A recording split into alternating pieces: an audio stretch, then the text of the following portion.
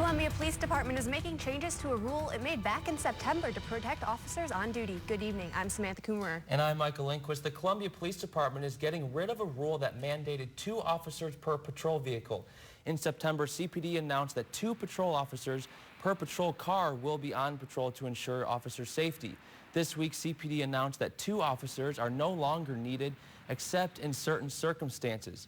Columbia Police Department declined to speak with me on camera but gave a statement via email saying, quote, "With the decrease in call volume, we have moved back to single-person units on all shifts. This occurred this week, and as we move forward, we will strategically place 2-person units in areas where call volume and type dictate." Now, a follow-up email asking why 2 officers were no longer needed and in which areas and circumstances she was referring to was left unanswered. Missouri farmers are now the only ones standing in the way of a $2.2 billion renewable energy project. Illinois regulators approved their part of a 780-mile transmission line to carry wind power from Kansas to eastern power grids. A group of Missouri farmers stretching from Buchanan County in the west to Rawls County in the east are pushing back against Houston-based Clean Line Energy. Now, opponents have cited concerns about crops, pastures, and difficulties in maneuvering large equipment around towers.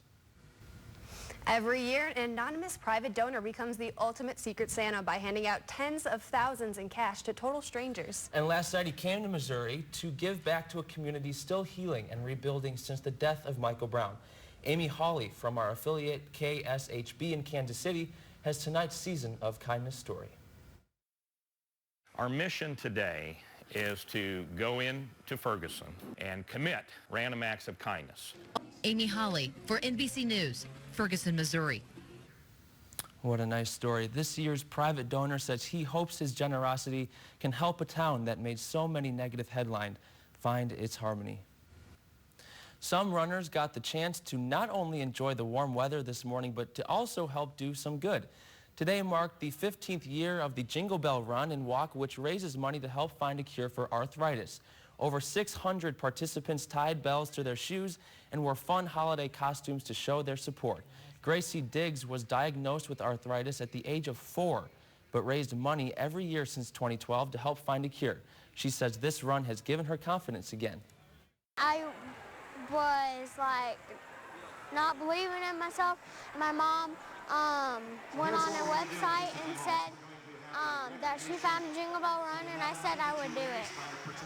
And now I'm better and I'm doing good. Nice job, Gracie. She received an honorary award for raising over $10,000 this year. She is currently in full remission at the age of 10 years old. Nearly 200 countries came together to form an agreement at the end of the Climate Change Summit in Paris today. After the break, why President Obama says this is the best chance we have at saving our planet. We've really had quite a bit of the weather roller coaster lately, I feel like. Yes, we have. It's too warm out there, Sydney. Yeah. Thank you. This year's Heisman race looks to be one of the closest in awards history. But which finalist will bring home the trophy? The UN Climate Change Conference ended today with an agreement by nearly 200 nations to fight climate change. The delegates approved a pact that calls on the world to collectively cut and then eliminate greenhouse gas pollution. But the agreement imposed no sanctions on countries that don't. The Paris Agreement aims to keep global temperatures from rising another 1.8 degrees between now and the year 2100. That was a key demand of poor countries ravaged by rising sea levels and other effects of climate change. President Obama used Twitter to express his feelings after the announcement, tweeting, quote, "This is huge." The targets we've set are bold, and by empowering businesses, scientists, engineers, workers, and the private sector, investors, to work together, this agreement represents the best chance we've had to save the one planet that we've got. Some delegates wept and others embraced following the announcement.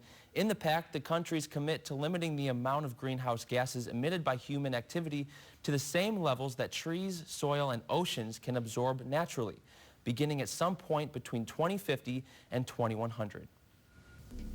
A tiger that was released back into the wild 2 years ago has given birth to 2 cubs. The tiger's name is Zuluska, which means Cinderella in Russian.